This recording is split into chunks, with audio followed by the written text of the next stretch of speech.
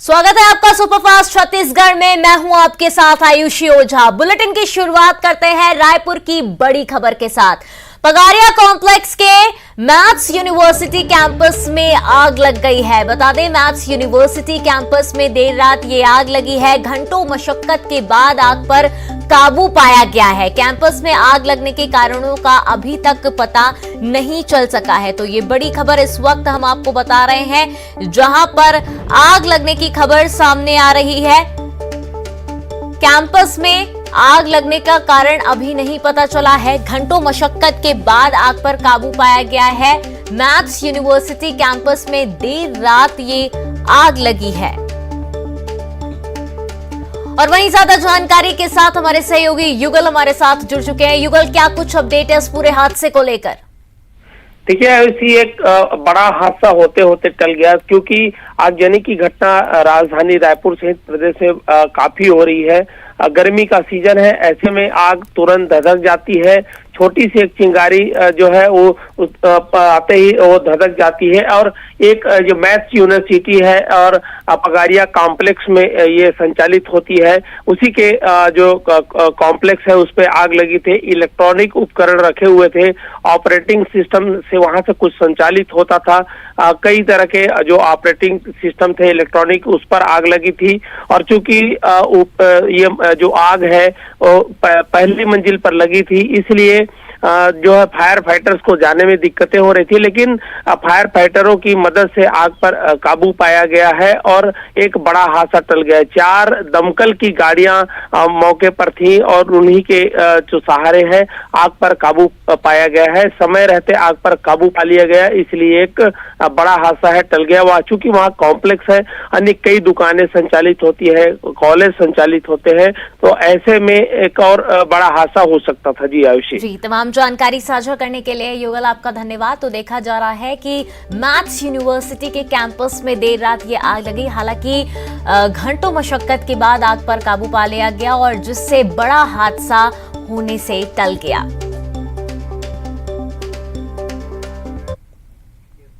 मुख्यमंत्री भूपेश बघेल आज सूरजपुर के प्रेमनगर विधानसभा क्षेत्र के दौरे पर रहेंगे, जहां विकास कार्यों का जायजा लेंगे और जरूरी कामों को लेकर अधिकारियों को निर्देश देंगे। मुख्यमंत्री आज नवापारा कला, सुमेरपुर और रामनगर का दौरा करेंगे। आम ग्रामीणों से भेंट मुलाकात चौपाल कार्यक्रम के तहत रूबरू होंगे। ग्रामीणों की समस्याओं के निराकरण के साथ कई विकास कार्यों की सौगात देंगे। तो लगातार मुख्यमंत्री का दौरा देखा जा रहा है और ऐसे में अब प्रदेश व्यापी दौरे पर निकले सीएम भूपेश बघेल आज सूरजपुर के प्रेमनगर विधानसभा क्षेत्र के दौरे पर रहेंगे। और वहीं ज्यादा जानकारी के साथ हमारे सहयोगी वरुण हमारे साथ जुड़ चुके हैं। वरुण, क्या कुछ अपडेट है इस दौरे को लेकर?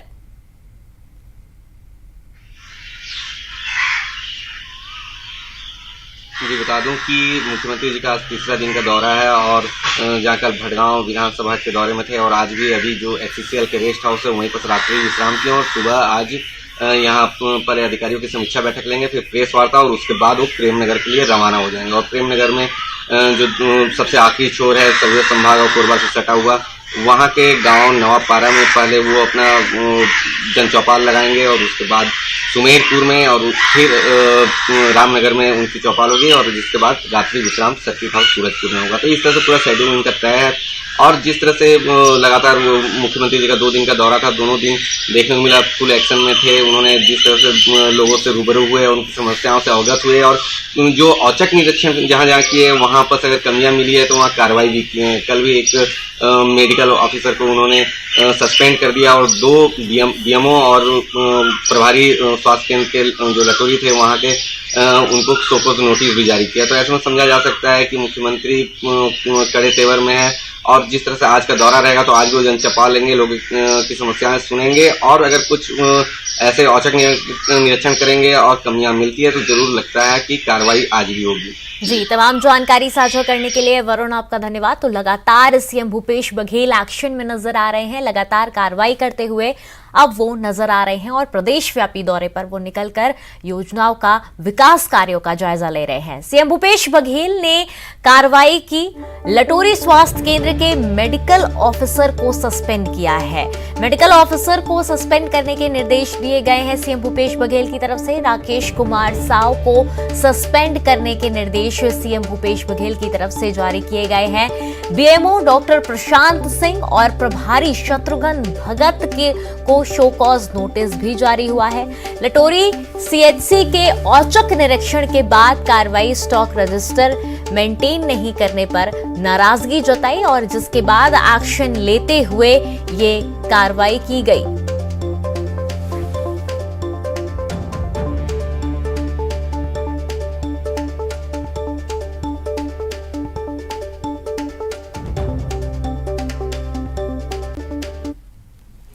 सीएम भूपेश बघेल ने निरीक्षण किया है। सीएम ने बिहारपुर थाने का निरीक्षण किया है, रोजनामचा चेक किया और लंबित प्रकरण की जानकारी ली है। बंदी गृह अभिलेख कक्ष और शस्त्रागार भी देखा। साथ ही साथ सीएम ने मालखाने का ताला खुलवाकर उनका भी निरीक्षण किया है।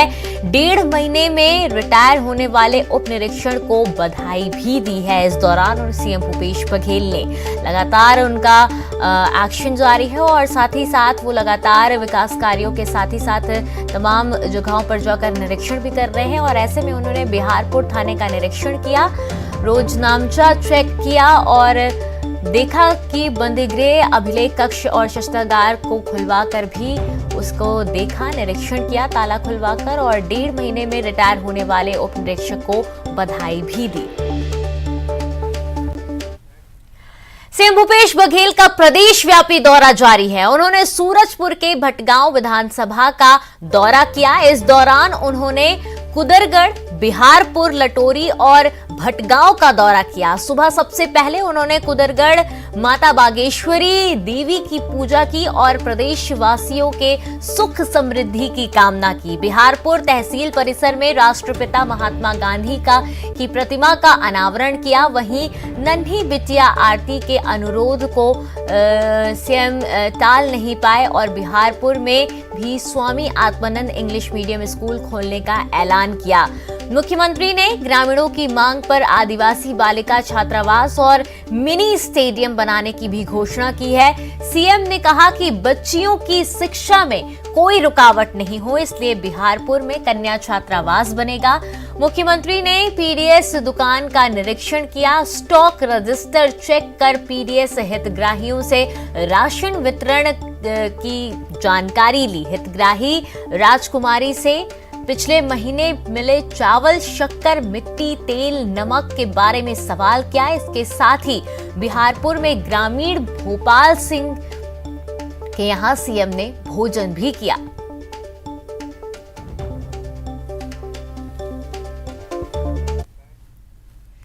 मुख्यमंत्री भूपेश बघेल ने सूरजपुर के कुदरगढ़ में चौपाल में लोगों से मुलाकात की और कई घोषणाएं की। इस दौरान सीएम ने कुदरगढ़ में शीघ्र रोपवे और विश्राम गृह बनवाने की घोषणा की। उप स्वास्थ्य केंद्र और पुलिस चौकी भवन सहित बिहारपुर रोड की गुणवत्ता की जांच की घोषणा की है। उन्होंने जून तक बिहारपुर रोड गुणवत्तापूर्ण बनाने और शिवनंदनपुर में आईटीआई बनाने की घोषणा की है। इसके बाद उन्होंने बिहारपुर को करीब 2 करोड़ रुपए के विकास कार्यों की सौगात दी है। सीएम ने निर्माण कार्यों का लोकार्पण और भूमि पूजन कर जन चौपाल में ग्रामीणों से रूबरू हुए। इस दौरान सीएम ने बिहारपुर में कई घोषणाएं की।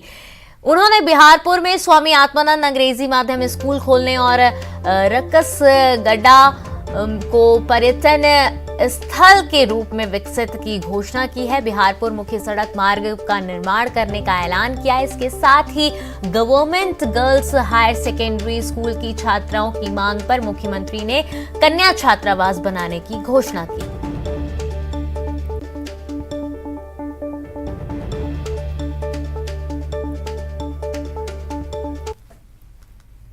सीएम भूपेश बघेल ने सूरजपुर के भटगांव विधानसभा का दौरा किया। इस दौरान उन्होंने दूरस्थ क्षेत्र बिहारपुर के थाने का निरीक्षण भी किया। वहां उन्होंने पौधारोपण भी किया। हिम्मत आत्मरक्षा प्रशिक्षण कार्यक्रम के तहत मार्शल आर्ट, मलखंब और योग की ट्रेनिंग ले रही बच्चियों से रूबरू हुए। बच्चियों ने सीएम के सामने रोप, मलखंब, योग का प्रदर्शन किया। बच्चियों की मांग पर सीएम ने बिहारपुर में सर्व सुविधा युक्त मलखंब एकेडमी बनाने का ऐलान किया।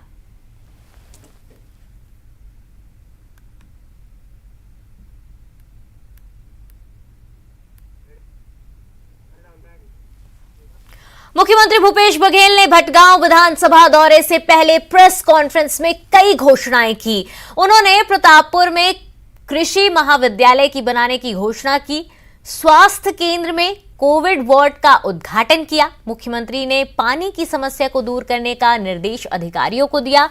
नरवा के काम में तेजी लाने का सीएम ने निर्देश दिया। वहीं सीएम ने कहा कि 13 दिसंबर 2025 से पहले कब्जे वाले को फॉरेस्ट लैंड का पट्टा लोगों को दे। राजस्व विभाग से मिल रही शिकायतों को सीएम ने गंभीरता से लिया और इसे जल्द दूर करने का निर्देश दिया। गौठानों को लेकर हो रही गड़बड़ी को लेकर सीएम ने सख्ती दिखाते हुए कहा कि गौठानों में गड़बड़ी बर्दाश्त नहीं की जाएगी। मीडिया को संबोधित करते हुए उन्होंने कहा कि नक्सली जब तक देश के संविधान के अनुरूप चलकर मुख्य धारा से नहीं जुड़ेंगे तब तक कोई बातचीत नहीं होगी। उन्होंने कहा कि अब नक्सली सिमट रहे, हमारे जवान नक्सलियों के खिलाफ डट कर खड़े हैं। उन्होंने जिले में अवैध खनन को लेकर भी कार्रवाई करने की बात कही। नक्सलियों ने कुछ पर्चा वहाँ फेंका है जिसमें उन्होंने बातचीत करने की शर्त रखी है। मैं स्पष्ट कर देना चाहता हूँ कि पहले ही मैंने कहा है कि नक्सली भारत के संविधान पर विश्वास व्यक्त करे, उसके बाद किसी भी स्तर पे और किसी भी मंच पे बात की जा सकती है। तो सबसे पहले जो मेरी शर्त है कि भारत के संविधान पर विश्वास व्यक्त करते हैं या नहीं करते। अभी आपने देखा 3-3.5 सालों में नक्सली अब सिमट के रह गए हैं। थोड़े बीजापुर और नारायणपुर इलाके में जो अबुल मार्ग एरिया है वहीं तक सिमट के रह गए। बचत जगह पूरी खाली करा ली गई है और वहाँ निर्माण कार्य भी सुशासन की योजनाओं का लाभ वो लोग ले रहे हैं, चाहे वो शिक्षा का हो, स्वास्थ्य का हो, चाहे रोजगार मूलक कार्य, वो सारे कार्य संचालित हो रहे हैं जिससे आम जनता का रुझान, मतलब हमने जो नीति अपनाई विश्वास, विकास और सुरक्षा, और इसके तहत चलते हुए विश्वास पहले हमने जीता, चाहे पारित राइट का पट्टा देने की बात हो, चाहे जमीन वापसी की बात हो, चाहे शिक्षा, स्वास्थ्य और रोजगार के काम जो हमने कराए, उसके कारण से लोगों के जीवन बड़ा परिवर्तन आया है और इसके कारण से नक्सली बहुत पीछे चले गए हैं, उसकी भर्तियां भी बहुत कम हुई। और खबर रायपुर से, जहां पर बीजेपी की बैठक आज जारी है। बीजेपी के बस्तर सरगुजा संभाग की बैठक लगातार जारी है। बैठक में संपर्क अभियान की समीक्षा होगी। बैठक के दौरान आगामी रणनीति पर चर्चा होगी। सुबह 11 बजे से प्रदेश कार्यालय में ये बैठक शुरू होगी। तो लगातार बैठकों का दौर बीजेपी की तरफ से जारी है। बीजेपी के बस्तर सरगुजा संभाग की बैठक देखने को मिल रही है। बैठक में संपर्क अभियान की समीक्षा होगी और सुबह 11 बजे से प्रदेश कार्यालय में ये बैठक होनी है जिसमें तमाम तरीके की रणनीति बनाई जाएगी और साथ ही साथ आगामी विधानसभा चुनाव को लेकर भी रणनीति देखी जा सकती है। अपनी पैठ बनाने की पूरी कोशिश की जा सकती है। और वहीं ज्यादा जानकारी के साथ हमारे सहयोगी देवव्रत हमारे साथ जुड़ चुके हैं। देवव्रत, क्या कुछ अपडेट है इस बैठक को लेकर? कितनी अहम मानी जा रही है ये बैठक?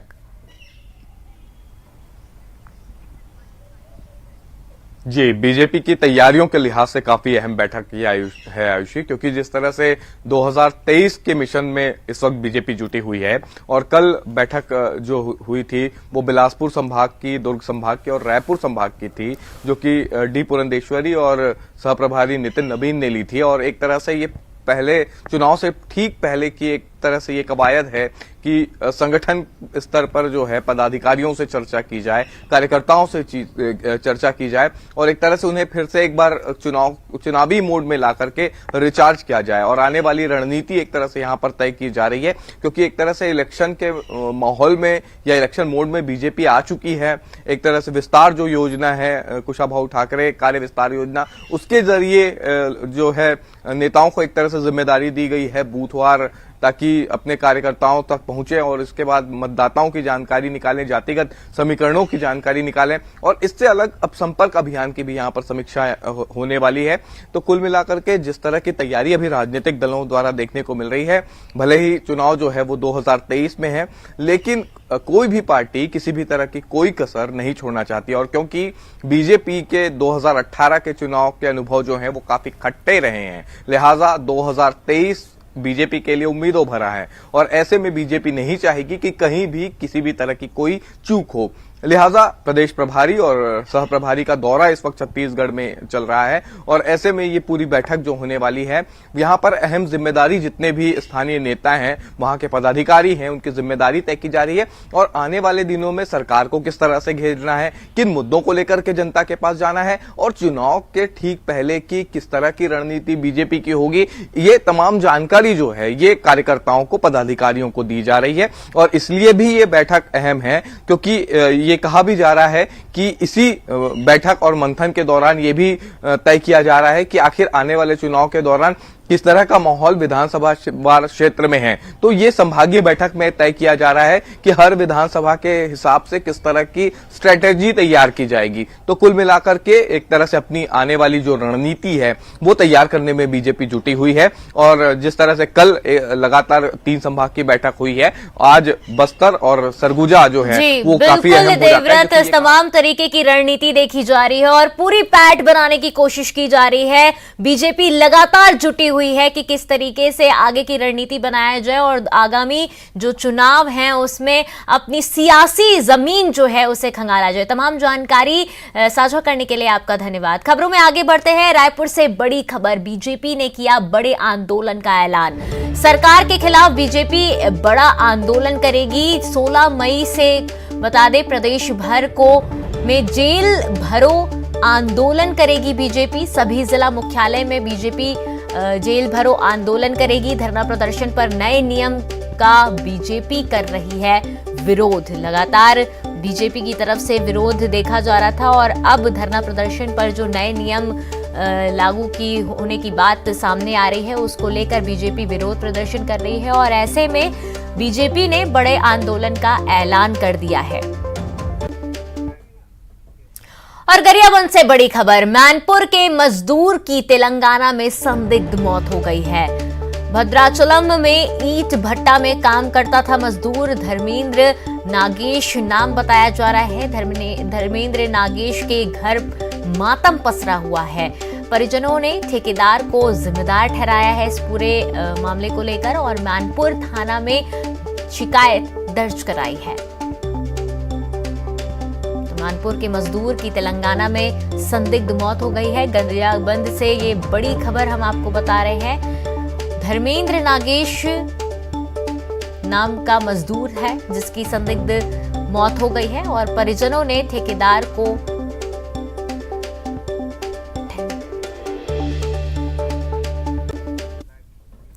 जशपुर में सड़क हादसा हो गया है। तेज रफ्तार हाईवा ने कार को टक्कर मार दी है। हादसे में पति की मौत हो गई है, पत्नी 2 बच्चे घायल हुए हैं। कार चालक कपड़ा व्यवसायी की मौके पर मौत हो गई है। मृतक की पत्नी को रांची रेफर किया गया है। 2 बच्चों का इलाज कुनकुरी के अस्पताल में जारी है। कुनकुरी थाने के सलिया टोला की ये पूरी घटना बताई जा रही है जहां पर यह हादसा हुआ है जिसमें जो पति है उसकी मौत हो गई है और साथ ही साथ बता दें आपको कि इस हादसे में पत्नी और 2 बच्चों की गंभीर चोटें आई हैं। रायपुर में बेकाबू कार ने ठेले को टक्कर मार दी है। मरीन ड्राइव चौपाटी के पास हुए हादसे में कार चौपाटी में जा घुसा। हादसे में कार में सवार 2 लोग घायल हो गए जिन्हें इलाज के लिए अस्पताल में भर्ती कराया गया। तेलीबांधा पुलिस जांच में जुटी हुई है। और फिलहाल इस बुलेटिन में इतना ही। खबरों का सिलसिला लगातार जारी रहेगा। है।